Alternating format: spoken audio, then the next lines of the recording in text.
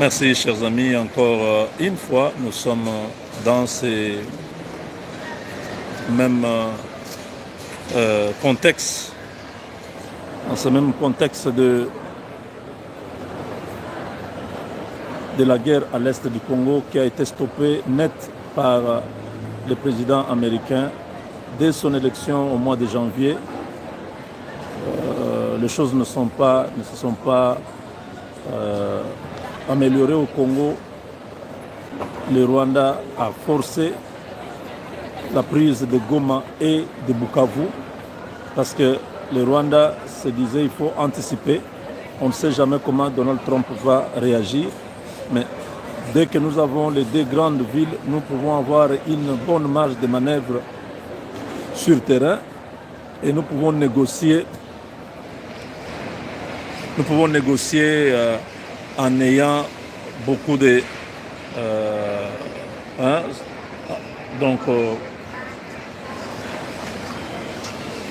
en ayant un avantage sur terrain, voilà. C'était ça l'idée du Rwanda quand ils ont attaqué directement Goma et Bukavu après la prise de fonction de Donald Trump le 20 janvier 2025. Ça n'a pas traîné. Ils ont fait vraiment beaucoup de choses.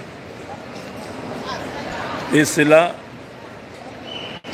n'a pas été la priorité de Donald Trump parce qu'il y avait la guerre en Ukraine qui était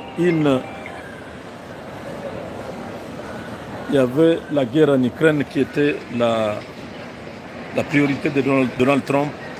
La guerre en Ukraine, Israël et la Palestine, tout ça, c'était vraiment les grands défis que Trump avait. Et ça basculait directement lorsque Donald Trump apprend ce qui se passe en RDC, surtout avec cette menace chinoise qui a été un élément déclencheur du repositionnement des États-Unis. Ni était la frustration sur le plan de la guerre commerciale entre la Chine et les États-Unis. Peut-être que les choses n'allaient pas prendre cette vitesse.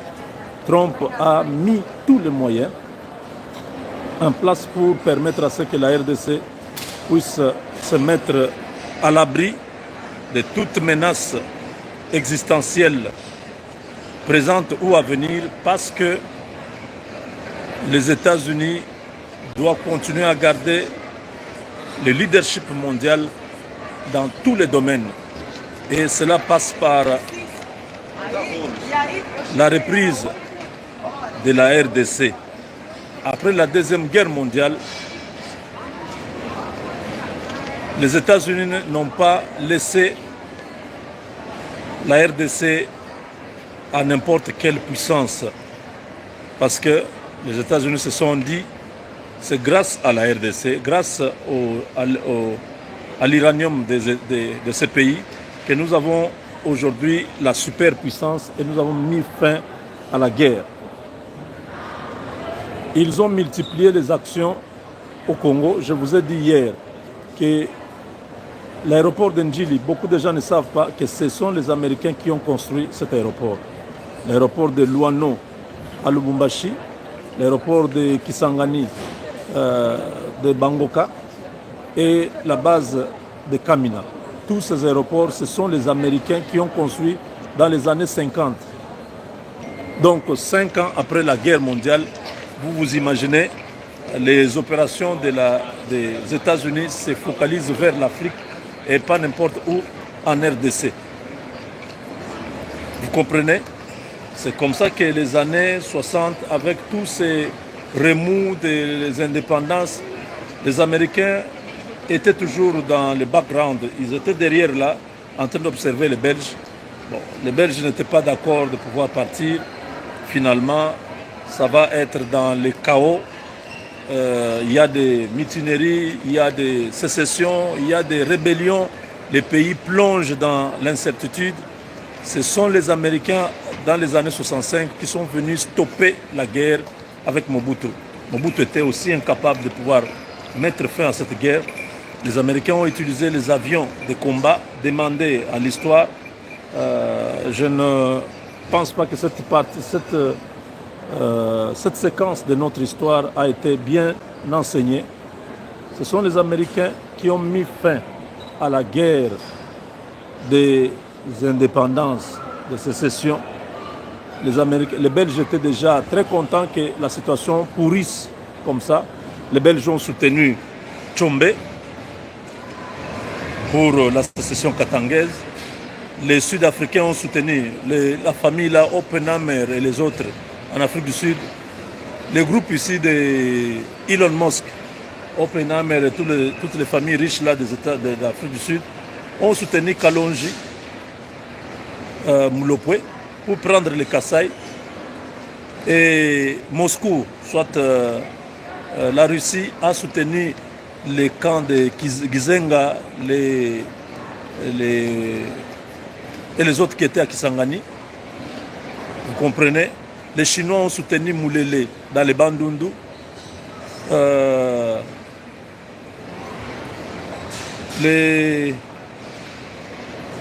Il y a aussi les groupes de Kabila et les autres qui étaient dans le Kivu là-bas, qui étaient aussi soutenus par des forces toujours extérieures. Les pays étaient complètement partis. Le Congo pouvait connaître sa première balkanisation après les années 60. Ce sont les Américains qui ont aidé Mobutu, qui ont mis fin à ces histoires. Le Che Guevara et les autres qui étaient venus, on les a bombardés tous, ils ont fui, ils ont abandonné. Et c'est comme ça que Mobutu a repris les choses en main. Donc les Américains n'ont jamais oublié la RDC, bien que les années 90 ou 90, il y a eu ce qu'il y a eu avec Clinton, qui a déstabilisé Mobutu, qui a donné la RDC au Rwanda. Mais finalement, nous avons pu, grâce à Dieu, prier que le Seigneur ait pitié de nous. Et les choses se sont passées comme vous voyez. Aujourd'hui, les Américains sont de retour chez nous.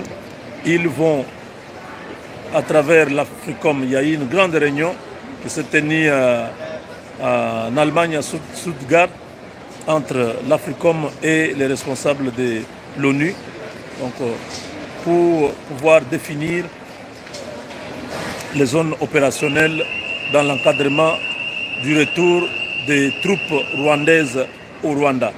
Ils ne veulent pas trouver un seul soldat rwandais sur notre sol, ni un combattant M23 sur le sol congolais. Dès que l'accord est signé à Doha, tous ces individus sous le commandement de l'Africom et de la MONUSCO doivent être rapatriés dans leur pays d'origine sans condition, sans atermoiement, parce que ça fait partie de clauses qui ont été signées à Washington pour permettre le développement de la sous-région. Il y a plus de 50 milliards de dollars qui sont disponibles pour des opérations ou des actions de développement entre le Rwanda, le Burundi et la RDC. Il y aura des projets communs qui vont être développés parce que les chemins de fer, les autoroutes et les aéroports vont être aménagés dans cette région-là pour que tout le monde bénéficie et que désormais personne ne puisse nourrir des idées de rébellion ou de déstabilisation de l'un ou de l'autre. Vous savez, je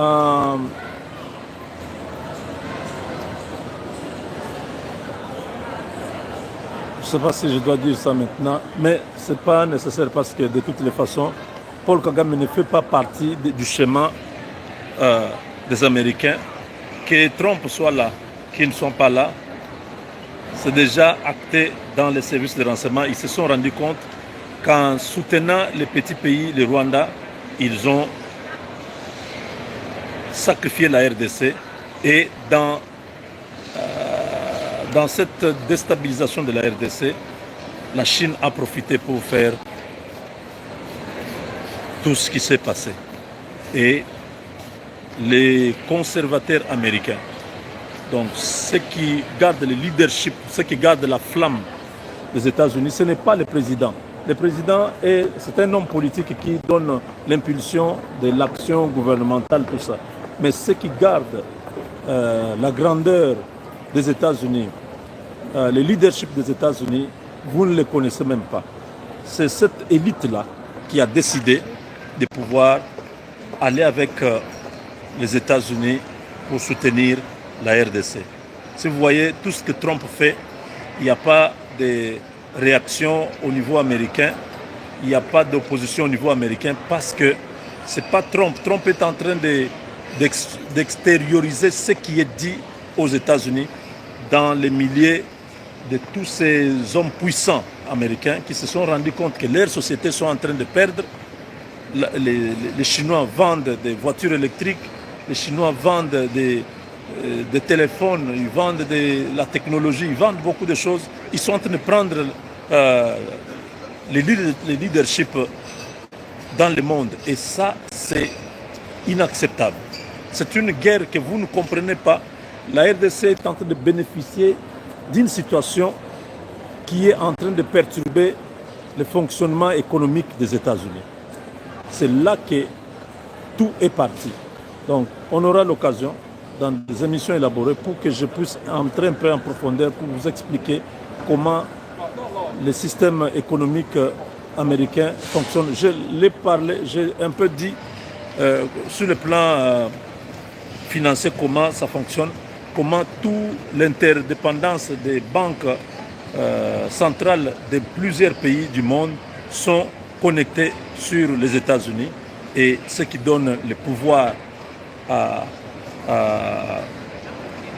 la devise américaine que vous appelez les dollars, à continuer à dominer sur l'échiquier international. Dès que cette réalité-là est renversée, la Chine peut imposer sa monnaie et ça va être accepté par vous. Vous comprenez là où il y a les dangers, mais parce que pour l'instant, les Américains contrôlent presque 90% des pays du monde. Et la plupart de ces économies, ce sont les Américains qui ont mis leurs capitaux. La Chine n'est pas encore arrivée à ce point-là. Il a fait quelques progrès en Afrique, mais ce n'est pas suffisant. Il produit beaucoup, il exporte beaucoup, oui. Mais les Américains ont maintenant un système d'encerclement. Beaucoup de pays qui sont dans l'Asie-Pacifique, l'Asie du Sud-Est, toute la mer de Chine, partout là-bas, tous ces pays-là sont en train de surveiller la Chine, sont en train de fabriquer beaucoup plus de choses aussi comme la Chine le faisait. C'est pour essayer d'équilibrer. Vous avez la Malaisie, vous avez les Philippines, vous avez la Thaïlande, vous avez le Taïwan, vous comprenez, tous ces pays-là, ce sont les précarés américains, ce sont les économies américaines et c'est en train de contrebalancer la montée fulgurante de la Chine qui va bientôt être stagnée parce que si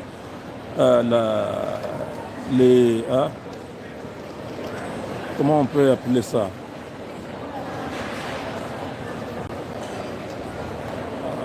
Il y a un terme. Les quotas, non. Les volumes, voilà. Les volumes de production de tous ces pays, si ça arrive à équilibrer ce que la Chine fait, c'est fini, la Chine va être étouffée. La saturation là va permettre aux autres de commencer à monter parce que la Chine manquera de partenaires, il manquera où écouler ses produits. Donc pour l'instant, les Américains continuent à faire une politique très profonde. C'est une sorte de révolution qui se passe en douceur que les Chinois peut-être n'arrivent pas à bien comprendre. Avec la RDC, on va produire en RDC et ça sera fini. Mes chers amis, l'Africom va travailler avec... c'est-à-dire vous ne verrez pas les militaires américains mais il y a la logistique, il y a les consultants qui vont être avec la MONUSCO pour s'assurer que tout le travail du rapatriement des FDLR au Rwanda et des troupes rwandaises au Rwanda se fait dans les conditions.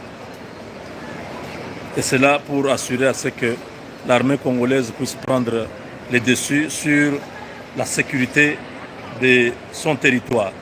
Tous les équipements nécessaires pour la sécurité de la RDC sont en train d'être déployés au Congo pour permettre à ce que le Congo soit capable de pouvoir prendre l'avantage sur l'ennemi à tout moment que cela peut arriver. Avec Dieu, nous vaincrons. Donc vous avez eu la matière ce matin. Bonjour.